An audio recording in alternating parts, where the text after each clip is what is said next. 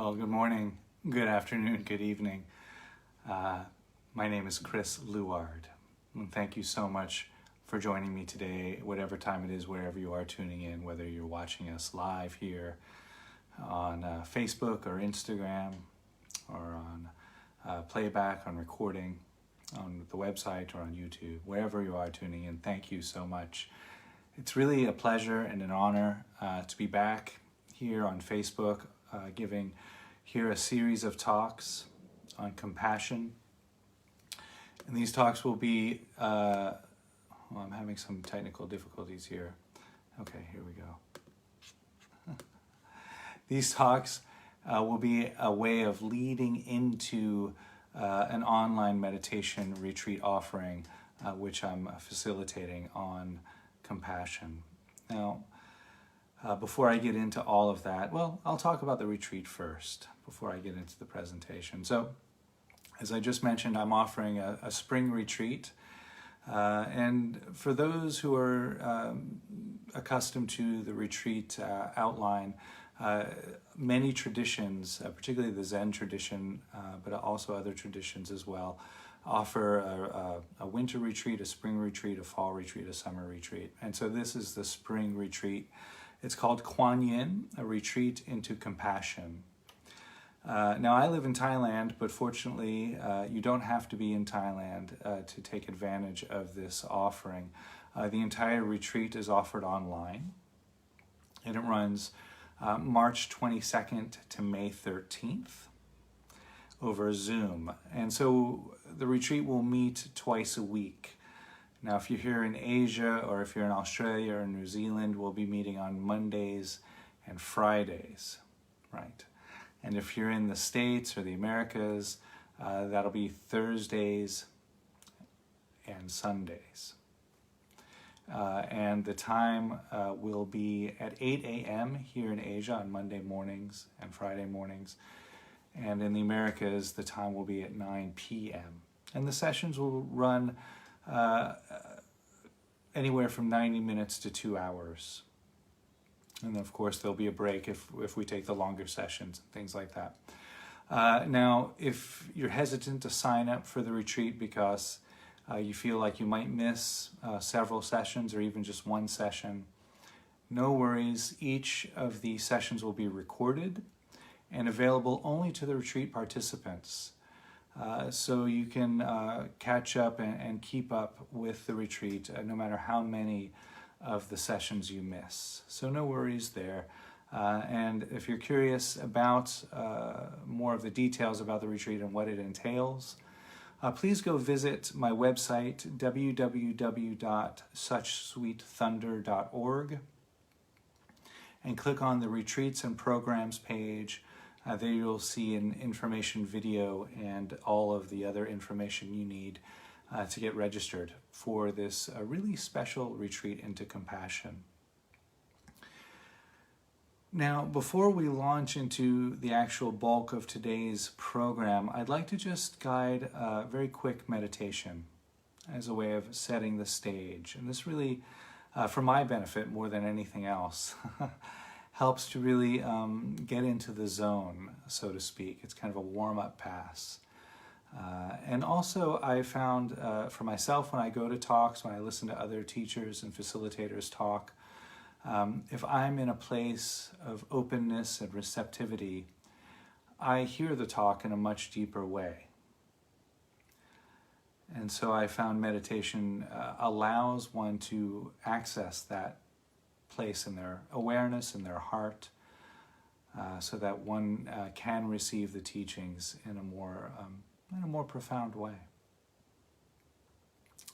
So I'll ring the bell, and I'll just briefly guide this meditation. It might be 3 to 5 minutes long, and then we'll get into the talk on compassion. Okay, thanks again for joining me. Enjoy this guided meditation. Of course, the guided meditation is optional. If you wish to just sit and feel your breath or relax and get ready for the talk, that's fine as well. Whatever best supports you in this present moment.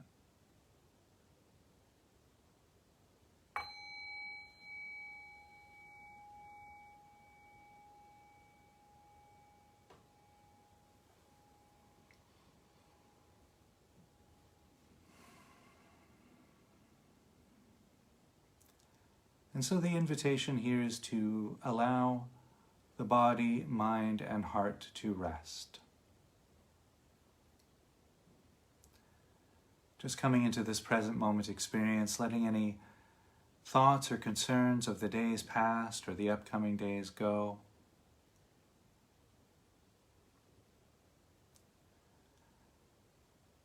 And if you wish, you can briefly scan through the body, letting any obvious tension relax and rest.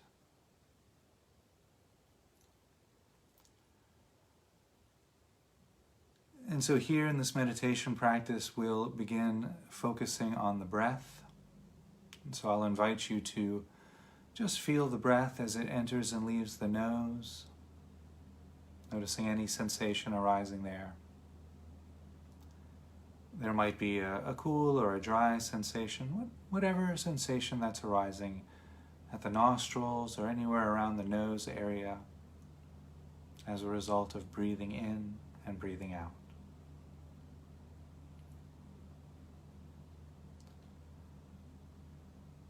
And now, when we are noticing the breath, we don't only notice the nostrils, right? So you might also want to include sensations arising as the breath touches the back of the throat. Perhaps simply noticing the temperature changing from cooler to warmer at the nose and the back of the throat.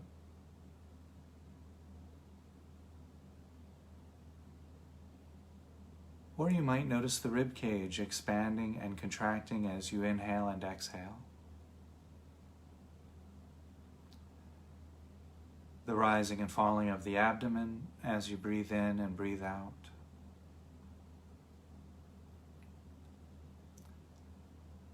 Or you might notice the back moving out as you breathe in as you breathe out. The shoulders rising and falling with each breath.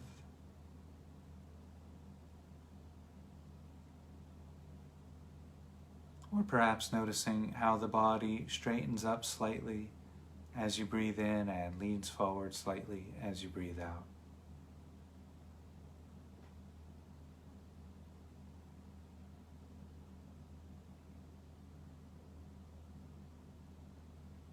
And so, since the idea of this particular meditation practice is to contact and rest in the present moment, we'll expand our awareness now to notice other experiences that might be arising, namely the sensations arising throughout the body.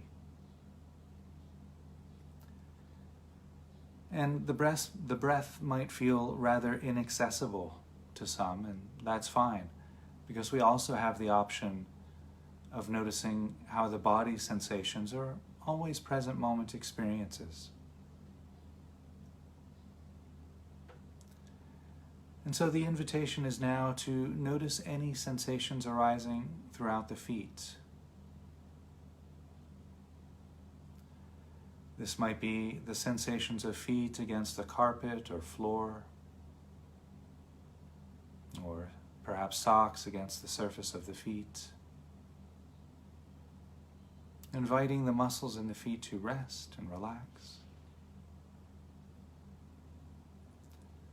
Or you might notice sensations of clothing against the legs, inviting the muscles in the legs to grow soft.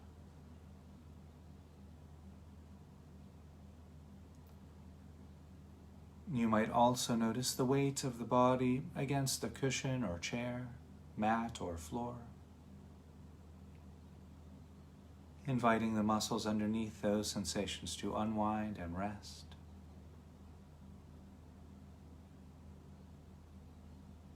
You might also notice sensations arising as clothing against the back, inviting the muscles in the back to relax and unwind.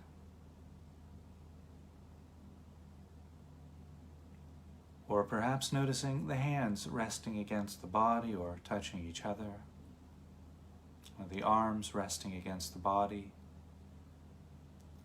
inviting the hands and arms to unwind and rest.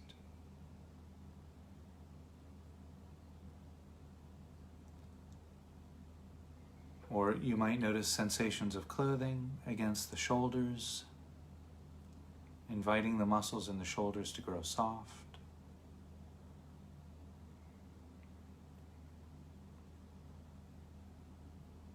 There might be sensations arising throughout the back of the neck, inviting the muscles in the back of the neck to rest.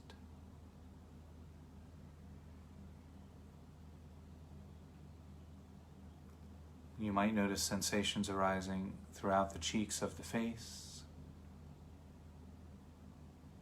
inviting the muscles in the face to grow soft and unwind.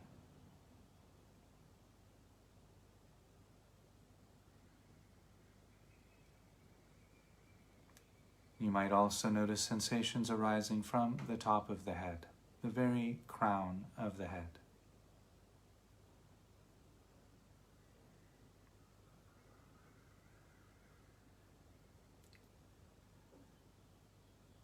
And when resting in the present moment, the breath and body,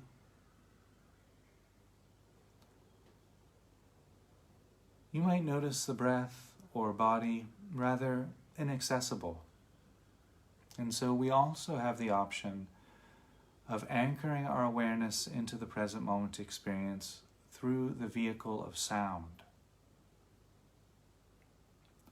And so the invitation is now to notice any sounds which might be available. You don't need to focus on any one sound in particular, but you might notice the entire field of sound. How each sound creates a voice within the symphony of the present moment experience.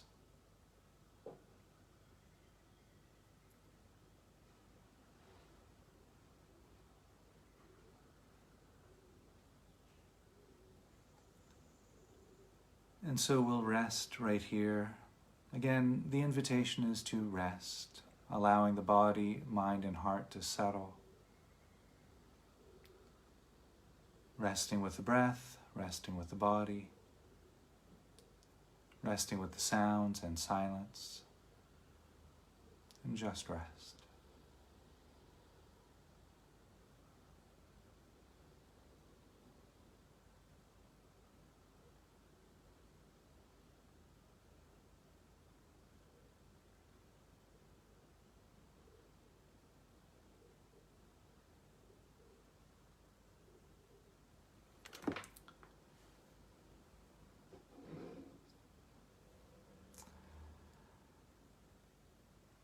And in a few breaths, I'll ring the sound of the bell, which will cue us back into a conversational space. And I'll ring the bell 3 times.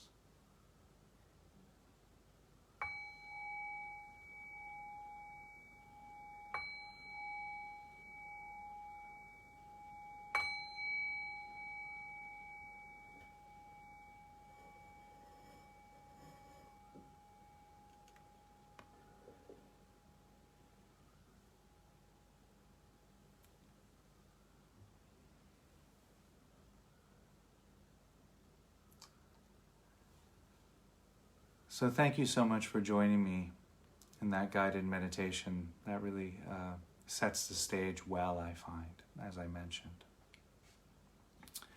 So welcome to this talk on compassion, this Dharma talk or wisdom talk. And so I'd like to start by just talking about compassion. What is compassion? How does one define compassion? In many traditions, you find compassion defined in many, many different ways. And really, individual people, find different meaning in the word compassion. Pardon me, my computer came unplugged here, so I'm going to plug it back in before we lose power. Okay. I'm usually not having so many technical difficulties. It must be that whole Mercury in retrograde thing. Okay. So I digress. What is compassion? Well, the Latin meaning of compassion, it comes from the word compati, which means to suffer with.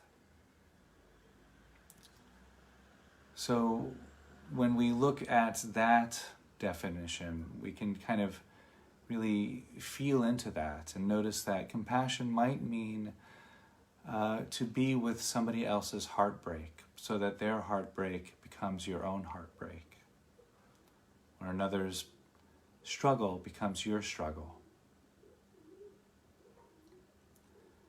And this is important because true compassion really changes the way we live and relate to ourselves, to others, and to the world. When we can unite through our struggles, the sense of separateness, the sense of other and I, starts to break down and dissolve. And it's for that reason that compassion is said to be one of the highest aspirations of any spiritual practice. In fact, many spiritual practitioners or teachers consider compassion to be the very alpha and omega of any of these practices. Because why else do we start a practice like this but to alleviate some sort of discomfort or suffering or struggle, right? We come to these practices of meditation or of compassion, of loving kindness, of equanimity, of joy, because we think that in some way it'll make our life better, that we're experiencing some discomfort and we feel that these practices may be the solve for that discomfort.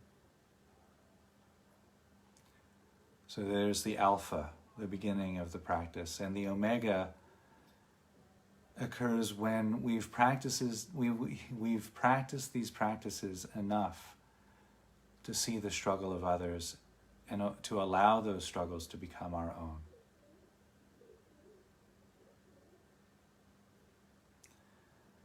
And so these ideas are not Buddhist or Christian or Hindu or Muslim or Jewish. They're human. It's at the very root of our human beingness that we find compassion. And hopefully through this series of explorations, you'll recognize that to be true. Now, I mentioned that these aren't any particular spiritual practice or faith or religion, but I'm going to, throughout these talks, draw on different spiritual practices and religions to bring the teachings home. Now, if you've tuned into any of my talks before, you probably know that my training, my background is in Buddhism, primarily Mahayana, Tibetan Buddhism, and Zen Buddhism, but I'm now taking formal training in Theravada as well, and secular Buddhism, so really broadening my horizons there as far as that tradition goes. But when I give these talks, I'm not speaking from any particular religion. I will draw on Buddhism because that's my comfort zone. I'll also draw on Christianity because I was raised in a Western Christian culture. I'll try to draw on Kabbalah as much as I can. I know very little about it, but I like it so far. And I'll draw on other traditions as well, as much as possible. But I really would like to give these teachings a secular voice, and I'm very passionate about that, so that these teachings of compassion can be made available to people from all walks of life. As I mentioned just a few moments ago, the practices of compassion can break down this sense of I and other. And that's true spiritual practice. If a spiritual practice reinforces your sense of I and other, there's a dogma involved. There's some sort of political leaning there. Because true spiritual practice unites I and other into a we. And so it's in that spirit that I offer these teachings. So it was St. Paul who, when he preached to the Ephesians, emphasized, be kind and compassionate to one another.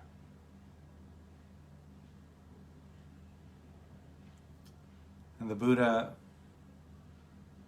often when he was asked what he was doing or what he taught, he would say, I teach one thing and one thing only, suffering and the end of suffering. So for the Buddha, this was really a primary focus of his path. And in the Buddhist traditions, it's often thought that the cultivation of compassion on one hand and the cultivation of wisdom on the other hand, when we cultivate those two paths together, we are moving towards a complete sense of freedom or release from suffering.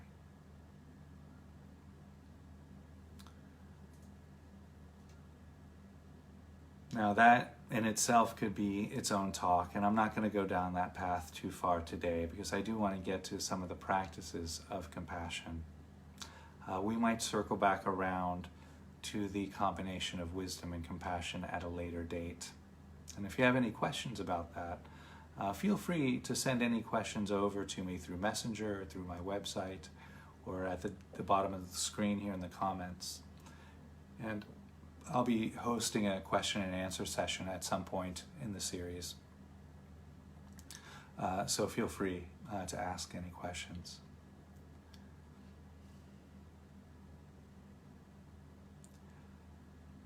So wisdom is really the insight into and the understanding of impermanence, how everything that arises passes away, and the insight and understanding into emptiness or non-self, how everything we experience can't be defined as I.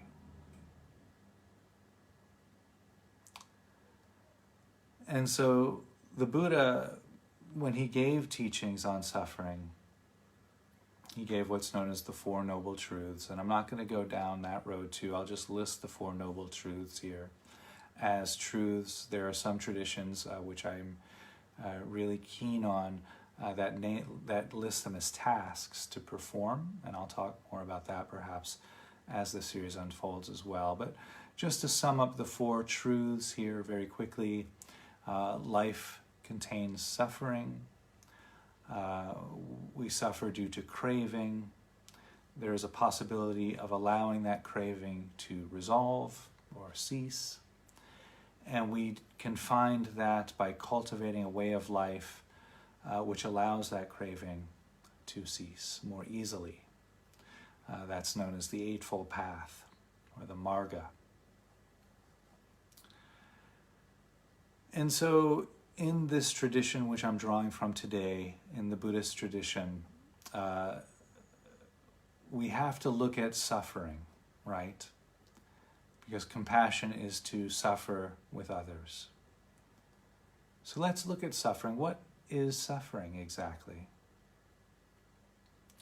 Well, in the Pali language, which was the language that the Buddhist teachings are written and transcribed in, they use the word dukkha. Now, dukkha doesn't translate directly into suffering. Dukkha is a very difficult word to translate, if you will. It's very, very subtle. There's a lot of aspects to it. It literally translates into the discomfort that might be felt when one is riding in a cart, when the axle is out of place with the wheel, with the whole of the wheel. So you can kind of get a feel of what that kind of might be like. The bounciness or the discomfort of the roughness of the road. And so, according to the Buddhist tradition, suffering is that discomfort that arises from that bumpy axle not fitting the whole of the wheel kind of experience that we all experience in our life. It's really the struggle against whatever's arising in the present moment. That's suffering. When we bring it into modern day parlance, we can understand that suffering or struggle arises when we can't open and accept what's arising in the present moment. And so the Buddha said, when asked about dukkha, he would say, dukkha is birth, dukkha is aging, dukkha is sickness, dukkha is death. Dukkha is not getting what one wants or getting what one doesn't want. Dukkha is being separated from those who are dear and close to those who aren't dear. Then he went on and said, dukkha is, in short, the 5 aggregates of clinging, which is really shorthand for all experience. He listed the 5 aggregates, fortunately, as form, feelings, perceptions, mental formations or volitions, and consciousness. And that's really everything, right? I mean, when you think about all of our experience, it's an aggregate, or it's a conglomerate of one or more of these: form, feelings, perceptions, mental formations, and consciousness. That's what's happening right now in the present moment, in any given moment. And so that's fine. There's nothing wrong with that. Our suffering or our struggle arises when we struggle against what's unfolding through our experience of form, through our experience of feelings, perceptions, formations, consciousness, birth, sickness, aging, and death, and so forth. And the struggle or our suffering arises because we fail to recognize the ever-changing nature inherent in these aspects of our experience. That's what gives rise to our struggle, right? We want things to stay the same. We want things to be permanent. We want to be free from the grasping of our comfort, right? We want to be free from the pushing away of discomfort. And then when we find that comfortable zone, we want things to stay there. But it never does. It might stay there for 10 minutes, an hour, a day, a week, a month, a year, 5 years. But eventually things change. And that's the human life. We can't avoid that. We can't avoid change. And it seems so obvious, right, when we talk about it like this. It's just, of course, things change all the time, right? That's the obvious nature of things. But if you notice the struggles that you experience, see where that struggle comes from. And more often than not, it's coming from a movement away from discomfort.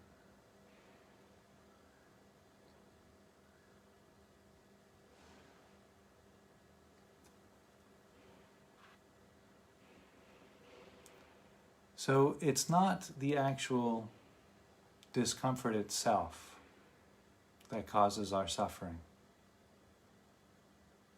right?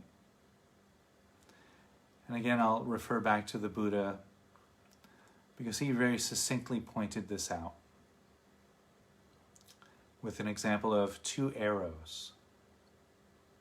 Now, when we're going through our life, we experience some sort of unfortunate situation that gives rise to physical pain or emotional pain or spiritual pain. That's the first arrow, thump, shot, right? All human beings and all sentient beings experience that arrow. That's a part of having a human body, a human nervous system, contacting with an environment. We all experience discomfort, pain. Now then there's a second arrow. And that second arrow is the struggle against the first arrow. And the Buddha pointed out that that second arrow is self-inflicted. That we don't need to feel that second arrow. But it's our habit, right? That first arrow comes, I stub my toe in the morning, going to the bathroom, boom, first arrow, second arrow, boom, right away. Oh, how can I be so stupid? Oh, that hurts. I wish I wasn't feeling that pain. Right? It's almost immediate. It's so fast that we usually think it's just one arrow. But the Buddha pointed out that when we slow down that process, we can see them as two separate experiences, and we can start to tease them apart so that we only experience the physical sensation, or the emotional sensation, or the spiritual sensation without the struggle, without the suffering.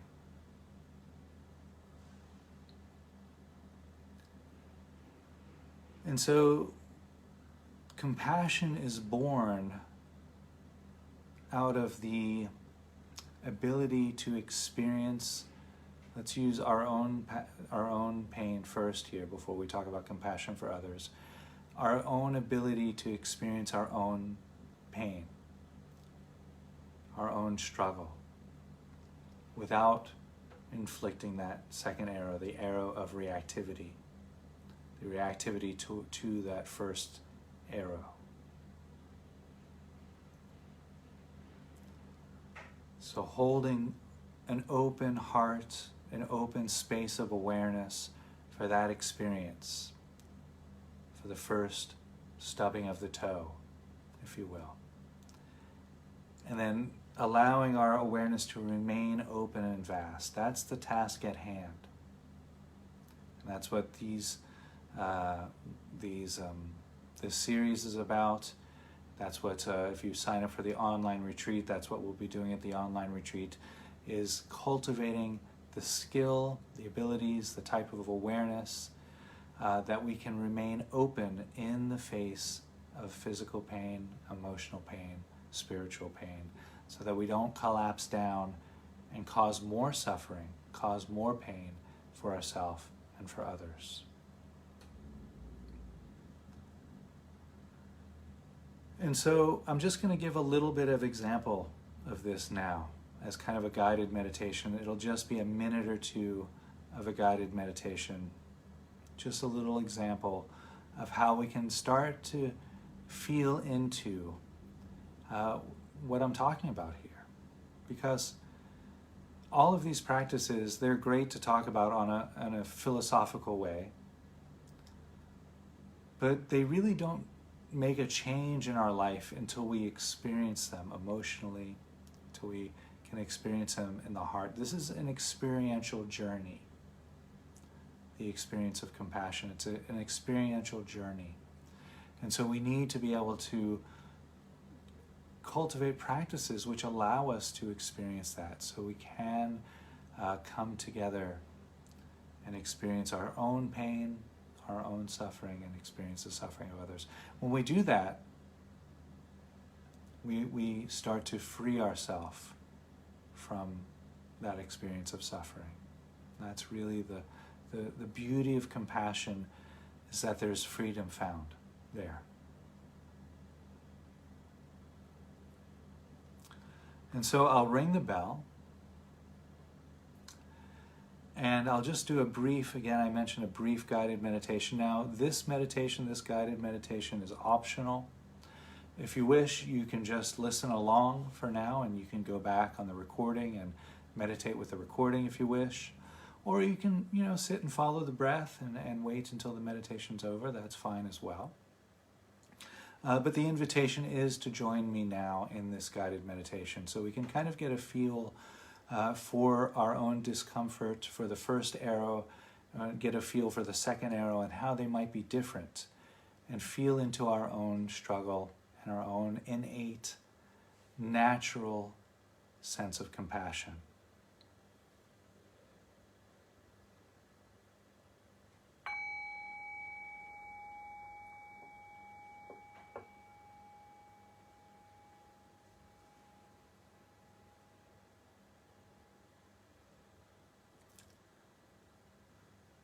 And so the invitation again is now to rest with the body, mind, and heart.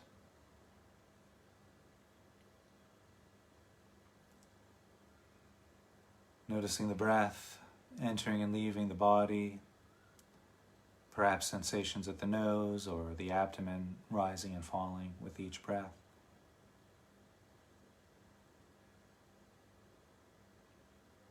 Noticing sensations arising from the feet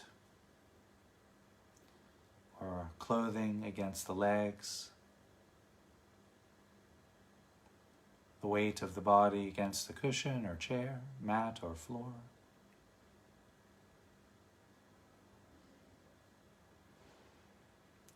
You might notice the hands resting against the body or touching each other, or the arms resting against the body.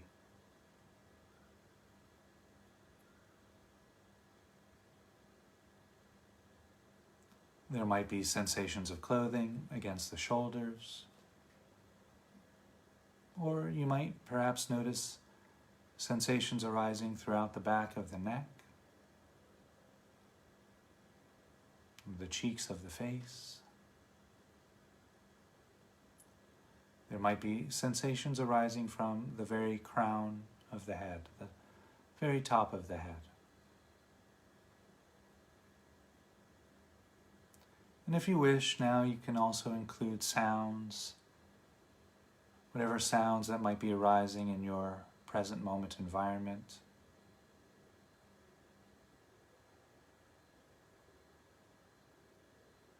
And so we'll just rest right there for a few breaths,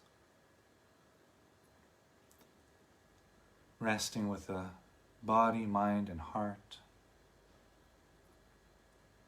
and just rest.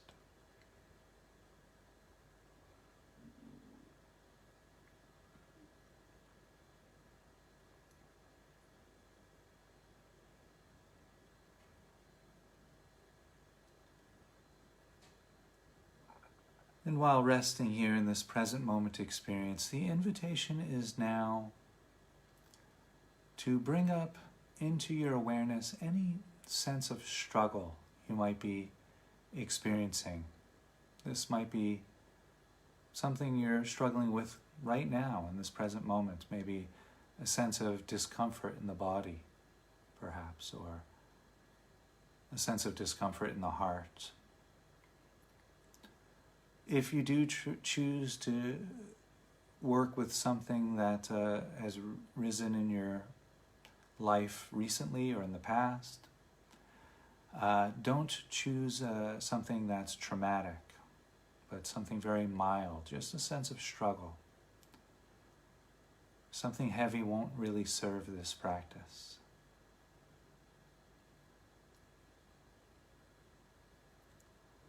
This could be a feeling of loss or shame,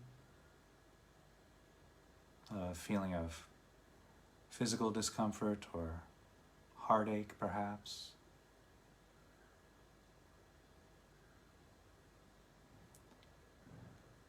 And just allow that feeling to be there in your body, in your heart, in your mind.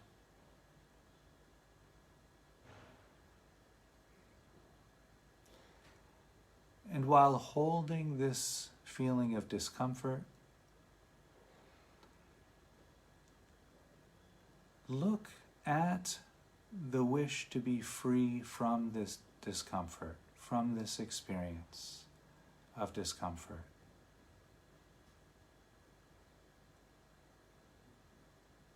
Notice the push to be free from discomfort itself.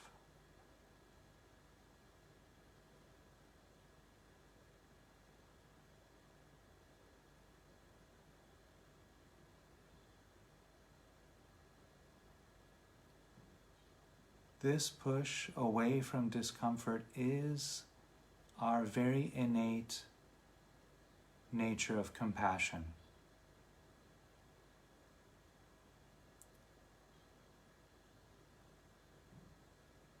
It's fundamental to the human nervous system and to the nervous system of all sentient beings. We all have the innate desire to be free from struggle, free from suffering.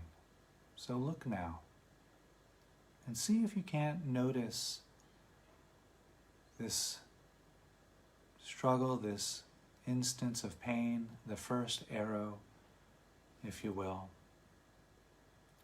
And notice how you want to be free from that.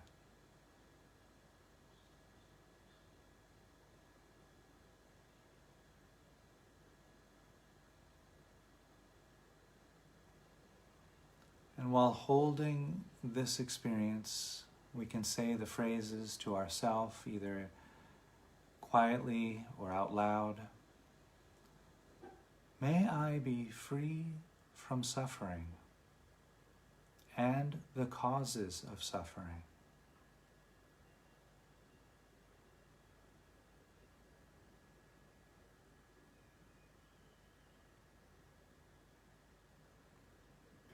Holding the experience of discomfort, the wish to be free,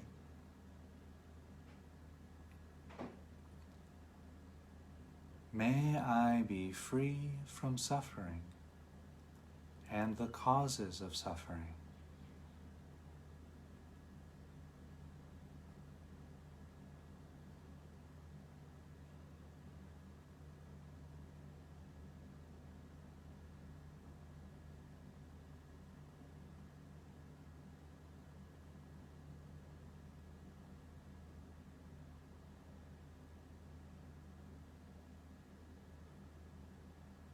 And in a few moments, I'll ring the sound of the bell again, which will be the cue to return back into our conversational space.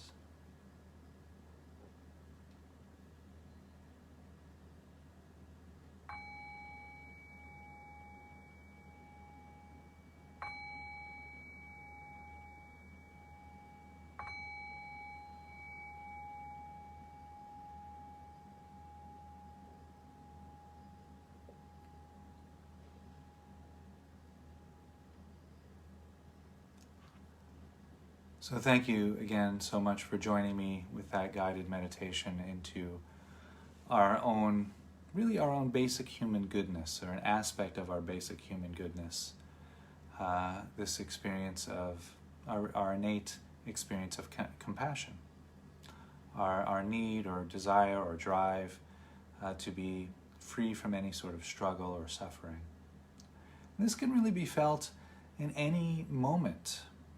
If you're sitting here now and you feel some discomfort in the body and you want to change your posture, notice how that change in posture is a movement out of compassion, how you're moving away from that discomfort and how you want to be free from that discomfort, and how all beings want to be free from that discomfort all the time.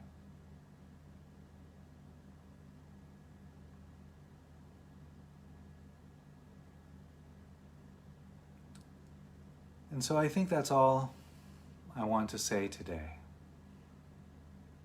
I'll be back with the second of this series on compassion at the same time on Friday morning, 9 a.m. on Friday morning if you're in Asia, or Thursday evening in the Americas.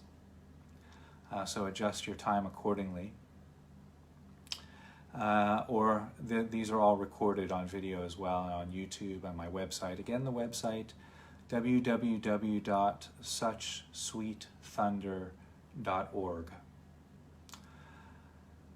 And so in closing today's session, I'll just ring the sound of the bell here to make it official.